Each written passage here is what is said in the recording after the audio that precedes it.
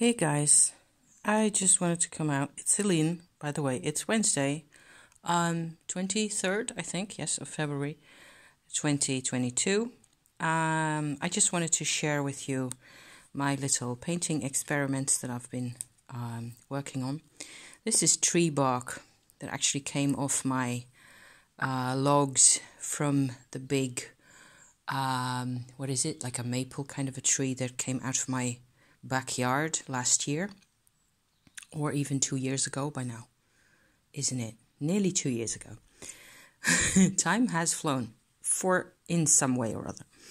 Anyway, this is really nice bark. It's like kind of thin, and I suppose my paintings won't last forever, but at the moment it's still very tough, as you can tell. It's quite tough, and it got a really good solid stuff. And because it has these, like fragment-like shapes, and it has a curve in all directions, it's just really nice to work with. So I am reading, I'll put a link in the description to this, or at least the info about the book and the writer.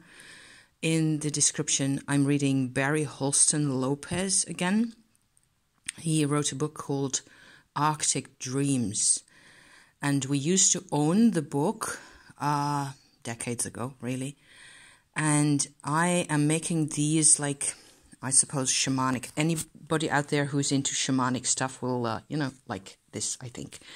Just like this is a vibe that's very different from what I tend to always make myself paint, and I am having lots of fun with this.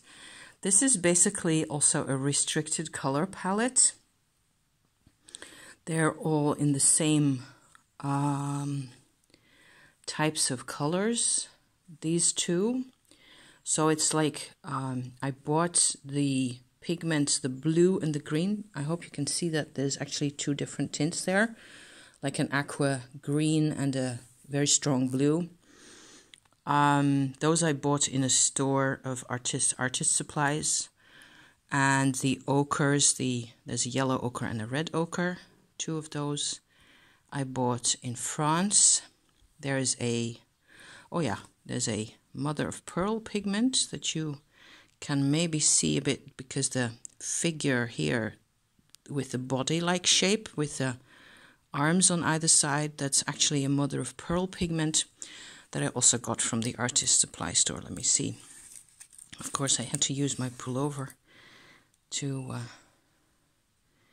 the face has this mother of pearl color as well. You can probably make that out in the light.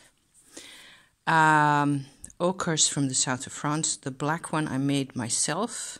That's actually kind of a witchy paint, where I ground up charcoal from my fireplace with actually witch's powder and graveyard dirt in there as well.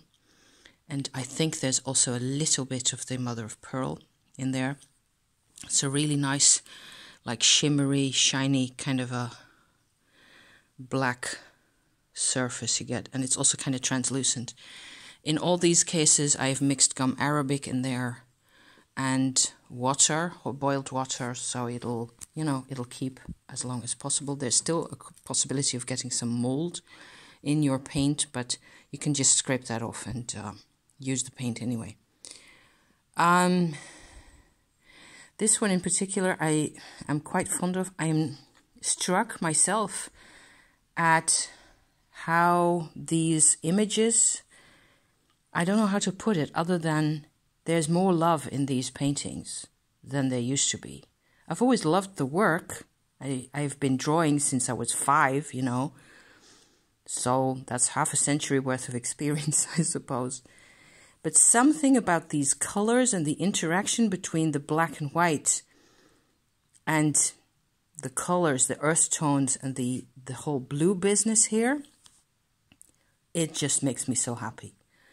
So I have quite a few more of these pieces, and I will probably be painting a lot more, because there's nothing like painting. It's exhausting, and I love it, and especially with these creatures in. And The author I mentioned earlier, he talks about polar bears in the piece that I was reading, and this came out, this whole sort of an extravaganza with a raven in the middle of the polar bear, and I have no idea what I'm doing, you guys. I swear. But it's fun, and I enjoy the colors, and the fact that it just speaks back to me, you know, it kind of gives me hope for my own future. And things have been interesting. So I should probably come back out with a witchy check-in of some sort pretty soon if I can manage it. Because this second painting here also has to do with our recent expedition to the north of the country. That was great fun, but also very adventurous and exciting because of the stormy weather. And, you know, we just have to hang in there for another week and a half or so. And then all the planetary shizzle will be done with. And it will all be reduced to just once a month when the moon passes over that part of the sky that has been traumatizing us all over for 2 whole years. More than 2 years, in fact. Okay, so on that note, I will end my little presentation. If I make more, and I will bring them out for you, I hope, you know, if I manage to continue this level of whatever it is that I'm doing. Very enjoyable and lovely to work on tree bark instead of paper or other man-made straight surfaces. It's like it's still alive. Can you see that? It's like it still has so much movement. Still fiber in there. It's great stuff. Thank you for watching. You guys, love you to pieces. See you next time.